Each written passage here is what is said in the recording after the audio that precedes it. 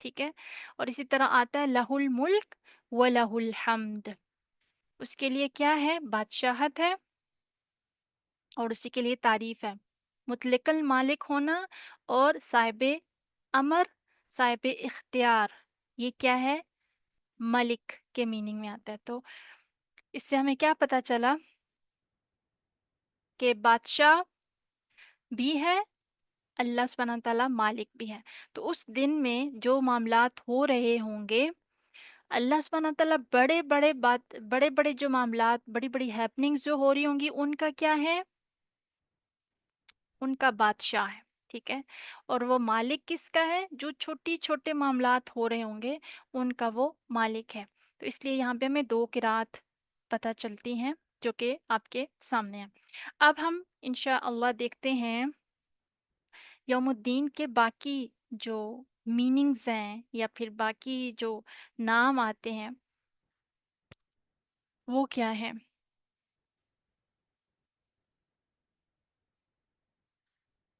سورۃ الفاتحہ میں نا اللہ سبحانہ تعالیٰ کی جو تعارف بیان کیا گیا ہے، چار صفات جو ذکر کی گئی ہیں، ان چاروں صفات میں ایک ربط ہے، آپس میں جو تعلق ہے۔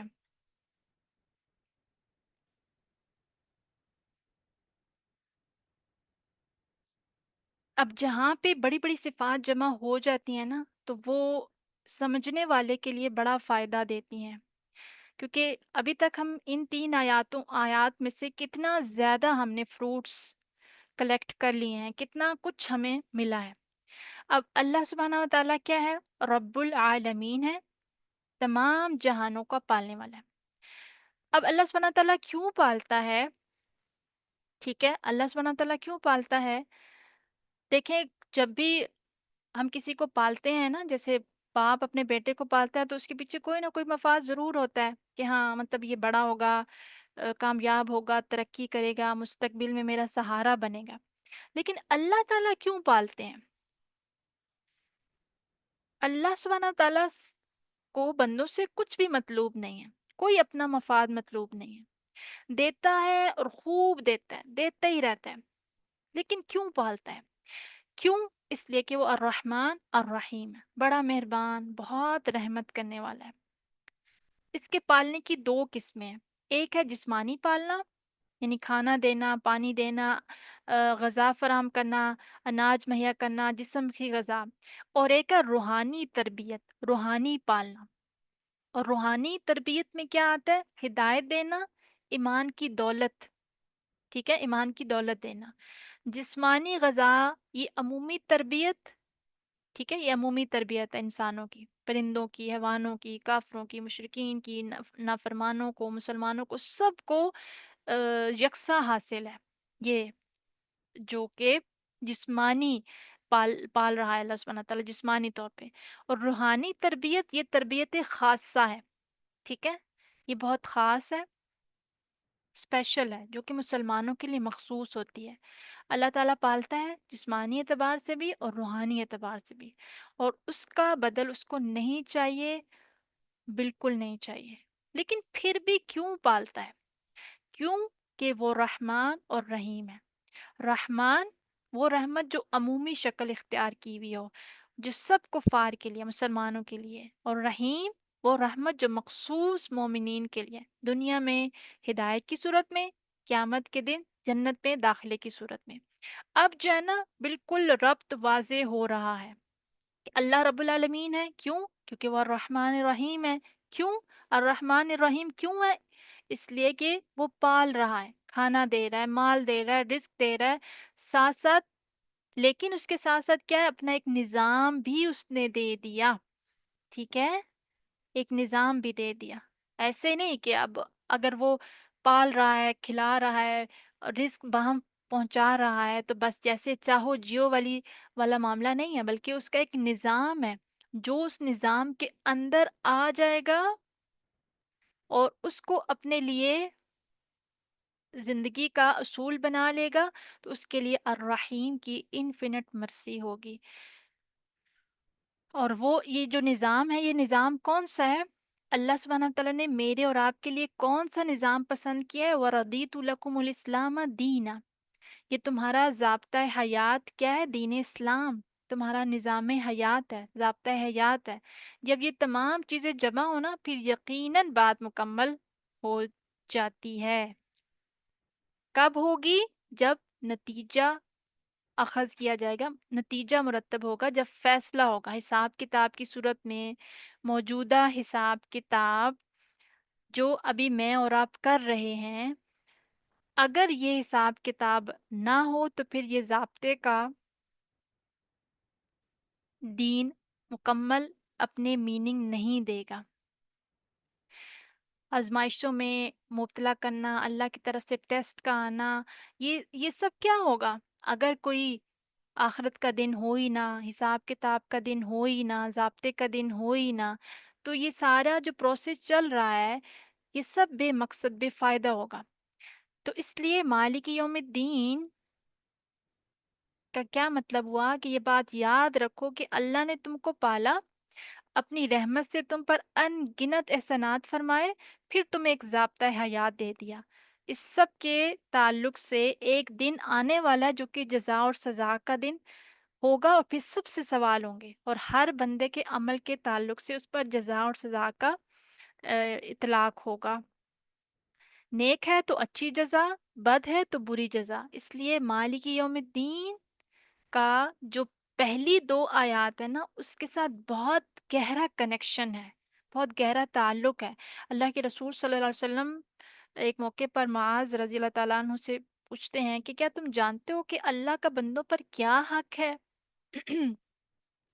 اللہ کے رسول نے پوچھا کہ کیا تم جانتے ہو کہ اللہ کا بندوں پر کیا حق ہے؟ کون اللہ؟ جو رب العالمین ہے، جو ہم پہلی آیت میں پڑھ کے ہیں، جو رحمان الرحیم ہے، جس کا دعویٰ ہے کہ وَإِن تَعُدُّوا نِعْمَةَ اللَّهِ لَا تُحْصُوهَا، کہ تم اللہ کی نعمتوں کو شمار نہیں کر سکتے، اس کا کوئی حق ہے یا کوئی حق ہے، یہ تم بتا سکتے ہو کہ کیا حق ہے؟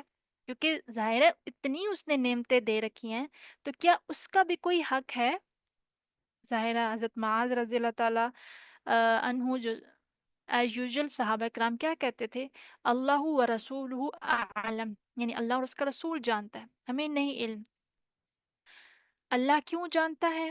کیونکہ سب کچھ جاننے والا کون ہے؟ اللہ۔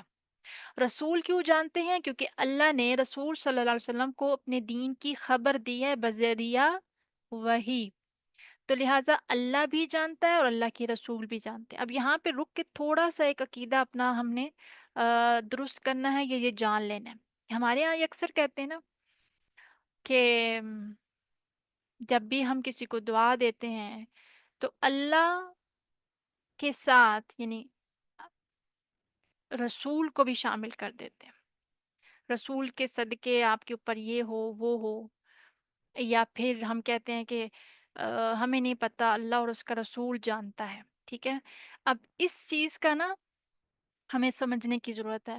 اللہ و رسول عالم جو ہے اس کا تعلق جو ہے وہ امور دینیا سے ہے، دینی امور سے ہے۔ اگر صحابہ کرام یہ کہتے تھے نا کہ اللہ اور اس کے رسول بہتر جانتے ہیں، تو اس کا تعلق علمی چیز سے ہوتا تھا، دینی یا شریعت سے متعلق کوئی سوال ہوتا تھا یا اس کا جواب، تو صحابہ کرام ریفر کر دیتے تھے کہ ہمیں نہیں معلوم۔ اگر وہ جانتے بھی ہوتے تھے نا تو وہ نہیں بتاتے تھے۔ کیوں؟ ایک تو رسپیکٹ، تعظیماً، اور دوسرا یہ کہ ہو سکتا ہے ہمارا علم جو ہے وہ ناقص ہو اور ہمارا جواب ناکافی ہو، یا اتنا خوبصورت جواب نہ ہو جتنا خوبصورت اللہ کے رسول کا جواب ہوگا، یا جتنی زیادہ علمی اعتبار سے یا علم ہمیں وہاں اس ان کے جواب سے ملے گا، اتنا ظاہرہ ہمارے پاس تو نہیں ہے نا۔ ہم کیا کرتے ہیں؟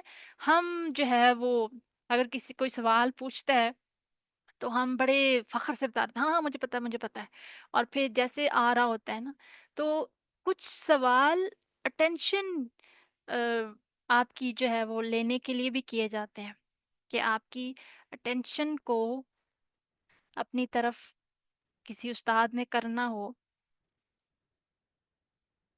اٹینشن لینے کے لیے بھی کیے جاتے ہیں۔ تو وہ جو اٹینشن لینے والے سوال ہوتے ہیں نا،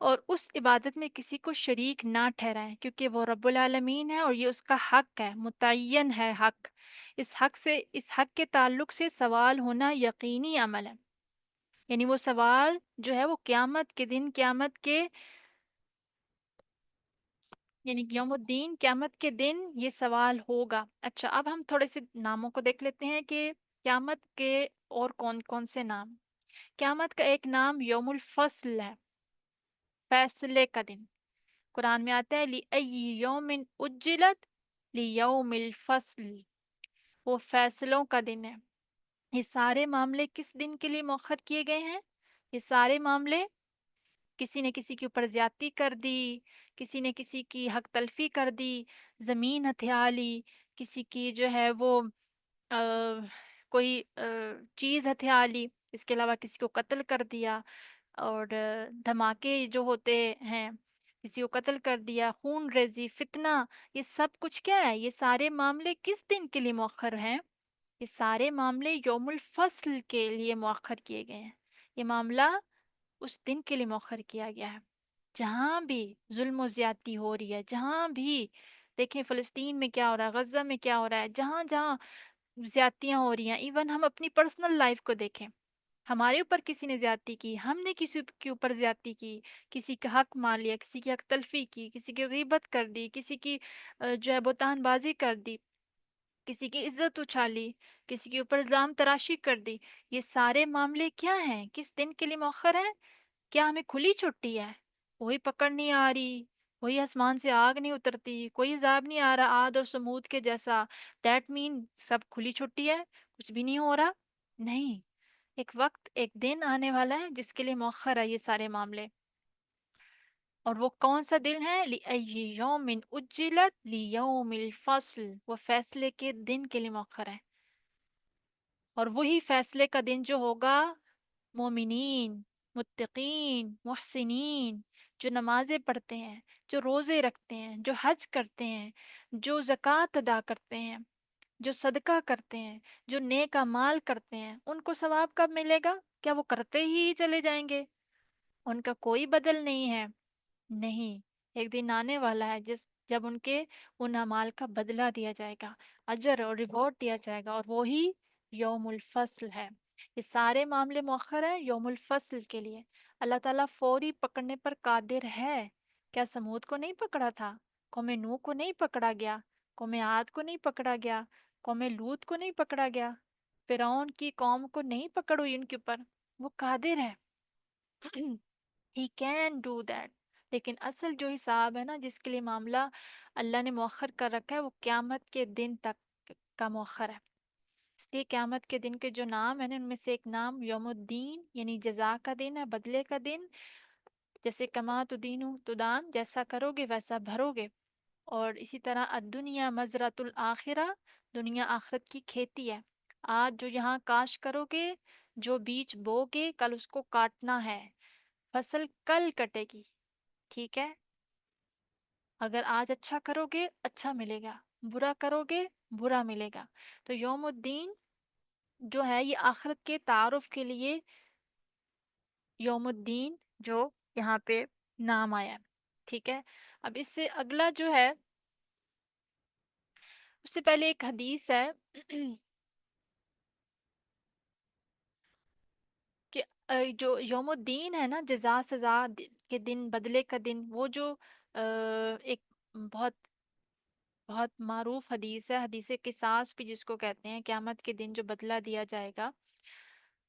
اور حضرت جابر رضی اللہ تعالیٰ عنہ کے بارے میں آتا ہے کہ اس ایک حدیث کو حاصل کرنے کے لیے 1 ماہ تک کا سفر کیا تھا، انہوں نے شام گئے تھے حدیث قصاص سننے کے لیے۔ طویل حدیث ہے۔ اس حدیث میں چھوٹا سا پورشن میں بھی پڑھوں گی، یہ بعد میں انشاءاللہ ہم طویل حدیث دیکھیں گے۔